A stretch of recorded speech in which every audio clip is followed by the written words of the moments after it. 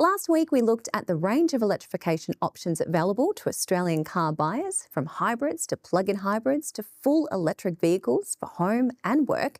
But in this episode, we'll break down all the numbers, spend a day on the road, and get some expert advice about where you can save money beyond the petrol pump. Plus, you've asked us the big questions, so we'll be answering them to help you make the right decision for your next car. So, get ready to be electrified as we ask, is it time to switch?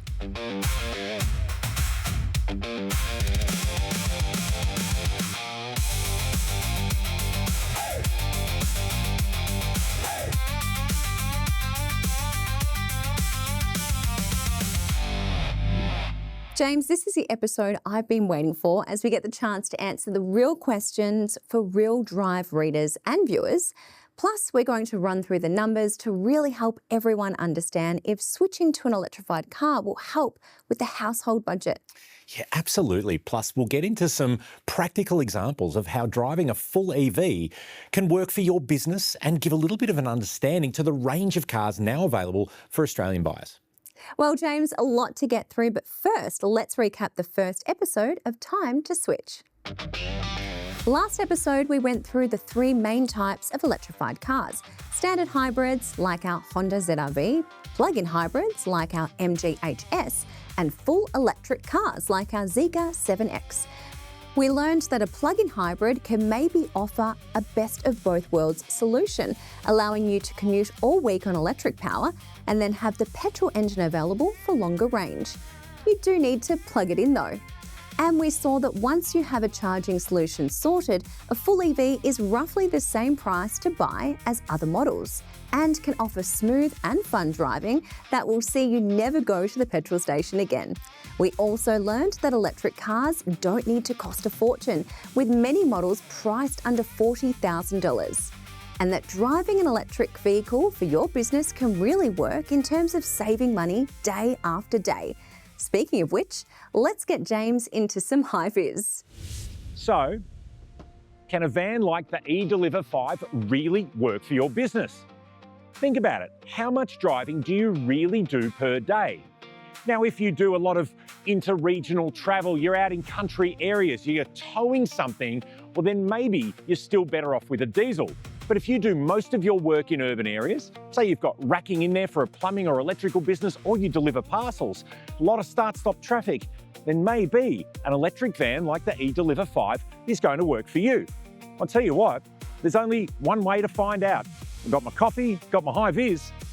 Let's get some miles under our belt and see how we go. So we've put a static load in the back of the LDV eDeliver 5 of 650 kilos, which is about half what the van's maximum payload is, 1,200 kilos, and equivalent to 65 10-kilo boxes. So it's quite heavy. Our route today is going to take us about 160 kilometres, but when you consider that most of that driving is going to be in urban traffic, which has got an average speed of around 40 kilometres an hour, it's over 4 hours in the car. So the biggest question for me is not so much range, but how many coffees I'm going to need. The LDV eDeliver 5 is priced from under $50,000, which makes it the same price as many top-selling comparable diesel vans, like the Hyundai Staria Load. It has a total payload capacity of 1,200 kilos, but more importantly, thanks to the electric platform, the van's floor is lower, which allows for more space. Here, the cargo bay is 6.6 cubic metres in this short wheelbase low roof version. That's more than an equivalent Renault Trafic or Toyota Hiace, and both of those actually cost more. Our van has a 64 kilowatt hour battery and a claimed range of 335 kilometres. Plus, this has a vehicle-to-load output like we saw in last week's episode, so you can use the van to power or charge equipment when out on a job. Now, with our load, I reckon that may take up about 20% off the total range, and with our 160 kilometre loop, we should get back to base with around 100 kilometres range left, which is a real win as it can charge back up from 20 to 80% on a fast charger in less than 40 minutes. All right, well, I've dumped the high-vis so I can go and get a bit of lunch. And I figured we'd talk about where we are so far. So I've been on the road for about 3 hours now, and well, traffic's been pretty bad, so my average speed is lower than that 40 kilometres an hour we thought it was going to be. But our numbers are stacking up. The amount of energy we're using is roughly where we thought it was going to be, but we've got another 60 kilometres to go, and this time we'll mix up the driving by hitting the freeway for some sustained cruising speeds. So things are looking good. I'm going to go get a sandwich and then we'll hit the road again.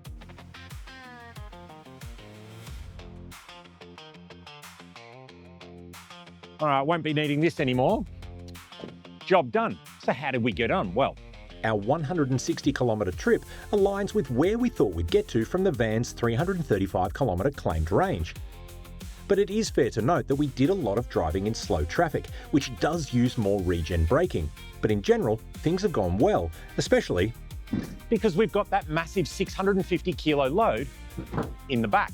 So what did we learn? Well, on the freeway, we saw the van would go through its range a little bit more quickly, which kind of makes sense.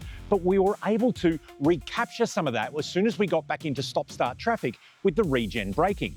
And it goes to show that if you're running mainly urban work and you've got a load, perhaps like ours, an electric van like this one could be the kind of thing you need to save you thousands of dollars in fuel bills. Coming up, we break down all the numbers and compare our various electrified cars to see how the running costs really stack up.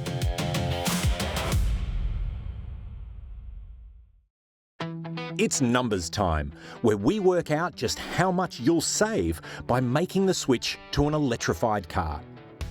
To follow along, we've calculated everything over 3 years based on average Australian travel, average vehicle consumption figures, and some fuel and energy prices in line with what we've all been paying this year. For a baseline, let's start with one of Australia's favourite petrol SUVs, the Mazda CX-5. So James, what will our Mazda cost for 3 years? Okay, Em. So using our rules and the 2026 Mazda CX-5 G25, which has a 7.4 litres per 100 consumption, you're looking at around $4,700 a year, or a little over $14,000 for 3 years. Now, while we're here too, we'll add in the diesel Kia Tasman that we spoke about in episode 1, which will cost around $6,500 per year, noting over $3,500 of that is fuel, which will cost nearly $20,000 for 3 years. Wow, okay. So let's start with our Honda ZR-V Hybrid, as this is the easy change. It is a smaller car than the CX-5, but even so, it's a good way to understand the difference. I've got the numbers here. $1,650 worth of fuel per year, so just under $4,000 with everything, which makes it less than $12,000 for 3 years, or 16% less than petrol. And that Honda servicing is such a good deal. Now, the fuel use is based on a combined cycle too. If you change that to just the urban cycle, which we saw in episode 1 is around 2.5 litres per 100 kilometres, the fuel use comes down to less than $1,000 worth of fuel per year, or just over $9,000 for 3 years all in. That's 34% less than the Mazda. Moving to the MG HS Super Hybrid now, our plug-in hybrid, which uses some petrol and electricity. It comes in just under the hybrid Honda at a bit under $4,000 a year, or $11,500 for 3 years. But we've based the electricity prices on the upper range. But if you charge in off-peak at home or use solar, this can come right down. If we halve the electricity cost, which is very achievable, you're looking at $3,260 a year, or just under $10,000 for 3 years. So it can make a difference, as it is 31% less than our petrol. Yes, this is the key thing with an EV. Sure, you're not paying for petrol, but you do need to check how much you're paying for electricity. Based on the 40 cents a kilowatt hour number, the fully electric Zeekr 7X will cost about $3,700 a year, which is also about $11,500 for 3 years. But again, if you drop that electricity price to a regular home rate, it comes down to around $3,200 a year, or less than $10,000 for 3 years, which is 32% less than the Mazda. So the savings are there, but not quite as much as we thought? Yeah, insurance on an EV or even the hybrids will cost more, the Zeekr being over 25% more. And electricity is not free, especially if you need to use public charging. In fact, there are only minor savings on the Zeekr if you use public charging, which can cost around 70 cents a kilowatt hour. Looking at our numbers then, all three of our electrified cars are cheaper than the petrol, showing that even a standard hybrid like the Honda does make a lot of sense. But if your electricity prices drop to near nothing, let's say you've got solar and a battery, the Zeekr comes in at nearly 40% less than the Mazda. But let's remember, those kinds of installations can cost a decent amount too. We've been crunching all the data, and if there's one thing that the numbers make clear, is that if you're running a van or a ute around town, the savings made from going electric can be genuinely significant. But there's one thing that we haven't spoken about yet, and it comes up quite a lot with business drivers: the radio. When you're on the road for 4, 5 or 6 hours a day, radio is how you stay in touch with the world. For traffic, news, or in an emergency, alerts. It really does matter. But the thing is, when you're using your smartphone projection for your navigation, messaging, or other utilities, jumping out to the radio means, well, you have to leave the system. So the Australian radio industry got together to develop Radio App, and it's exactly what it sounds like. Radio App lives inside your smartphone projection along with all your other apps, so you can easily jump from navigation, messaging to the radio without leaving the system. Voice commands work too, so you can change radio stations without taking your hands off the wheel. Hey Siri, play 3AW on Radio App. Set it up once and every driver gets Radio App as soon as they start the van. Over 350 stations, all free with no subscription. Find it in the Apple App Store, on Google Play, or head to radioapp.com.au.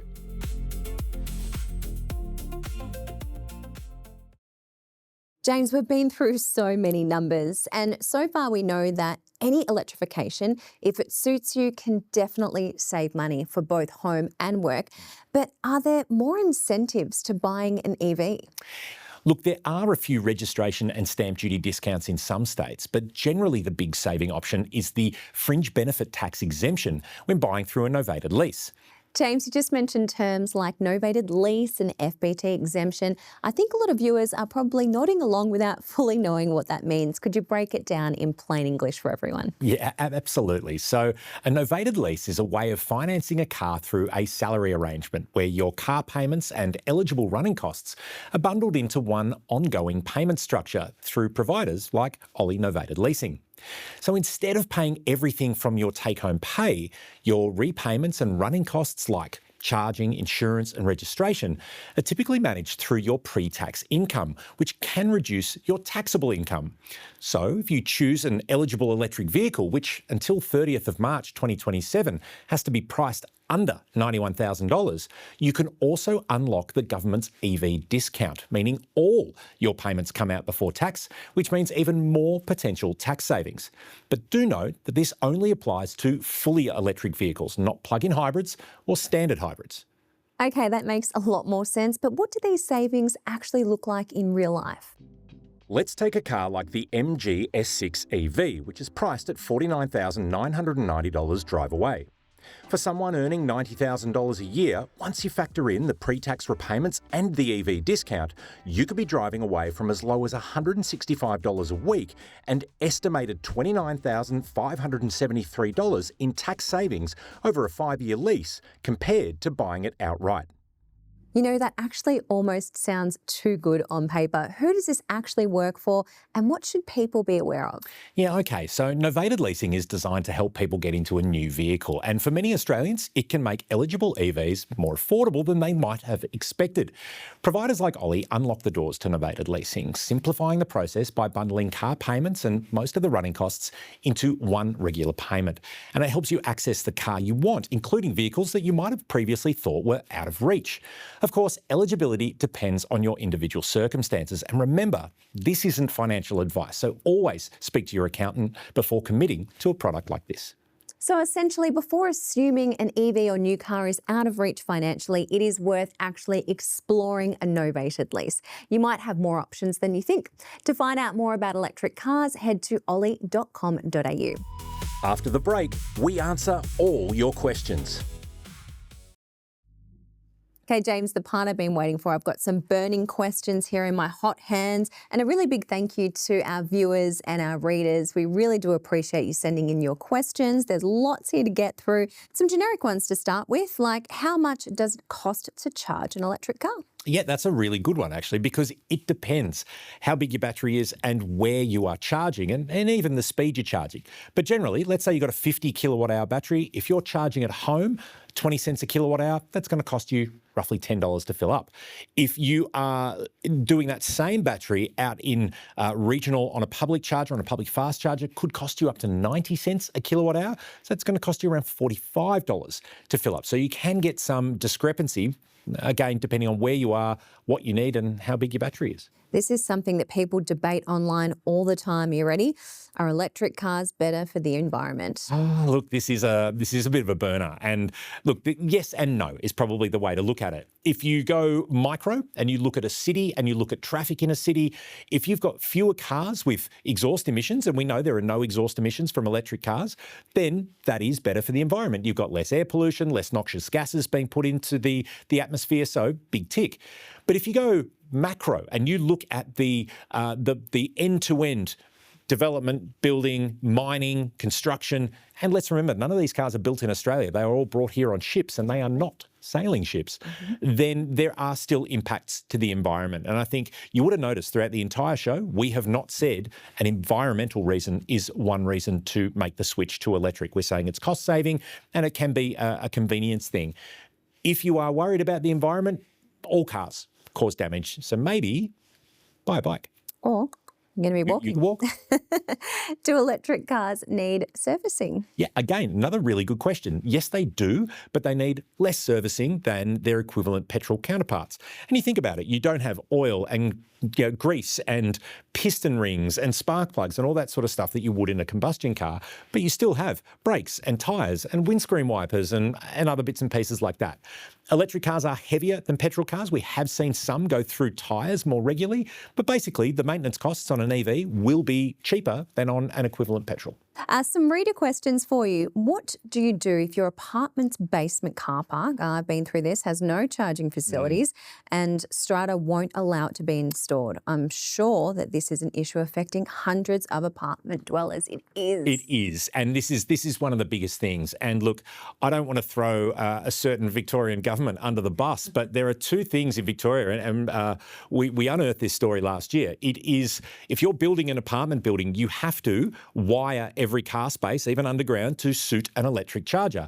But you can't, for another regulation, wire any chargers actually into that because it doesn't meet fire safety rules. So high density living and electric vehicle charging is a very, very difficult area. And this is something that we can see people are challenged with. And it does at the moment mean you have to rely on the public charging network, which isn't great, particularly when you see a lot of emphasis on city dwellers to buy an EV and a lot of high density apartments in city areas, but those two not really joining forces and aligning. No. Exactly. This is a great one. What are the approximate ancillary costs to EV ownership? By this, I mean the costs of coffees, lunches, shopping, etc. that is being spent as a result of waiting around for the car to charge, as filling up petrol only took you 3 minutes as opposed to waiting close to an hour to charge. I agree. I have spent far too much money shopping up and down these streets and buying lots of clothes. Yeah, look, it is a very, I actually really love this question because, look, if you go and get a coffee every time you charge your EV, just one coffee and you're charging once a week, it's sort of $360 a year. So you're still better off in the electric car than you were in petrol. But it's a really, really good question because as we found out earlier in the show, depending on what you're paying for electricity, the price differential between a full EV, a plug-in and a general hybrid is not that dissimilar. And so if you're using a public charger, you're buying a coffee and a sandwich and maybe a pair of shoes and Nicky, whatever it is that happens. Adds up. It definitely does add up. So my tip is take a water bottle from home, lunch. maybe read a book, and that's a far more cost-effective way to do it. But yeah, great question.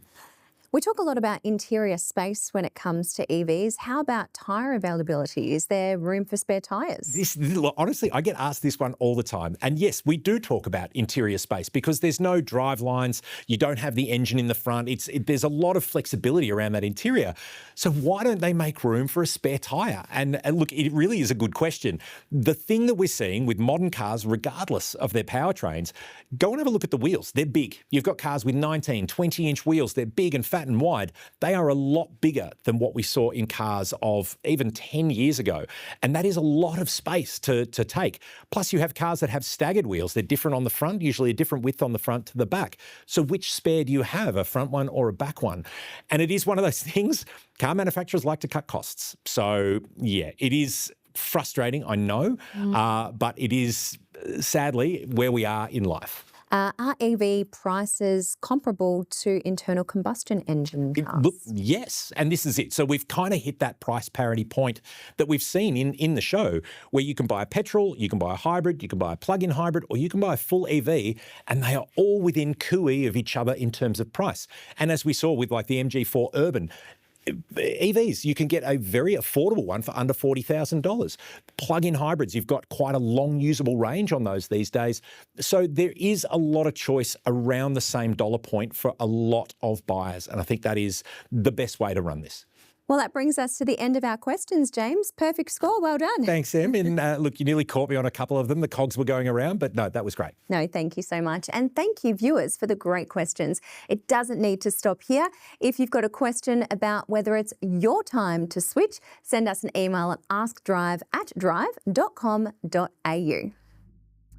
Well, James, thank you so much, and thank you at home for joining us for this fantastic two-part Drive TV special, Time to Switch. We've learned that any kind of electrification can save you money and that checking insurance and electricity costs is key to making your decision. We saw that things like range and prices aren't as limiting as people think, and that an EV can really be a strong option for both families and businesses running about town. We even learned that there is still a place for diesel and that electric isn't always the best answer. For me though, I actually drive a hybrid and I'm never looking back. Until next time, I'm Notarfrancesco. Thanks for watching.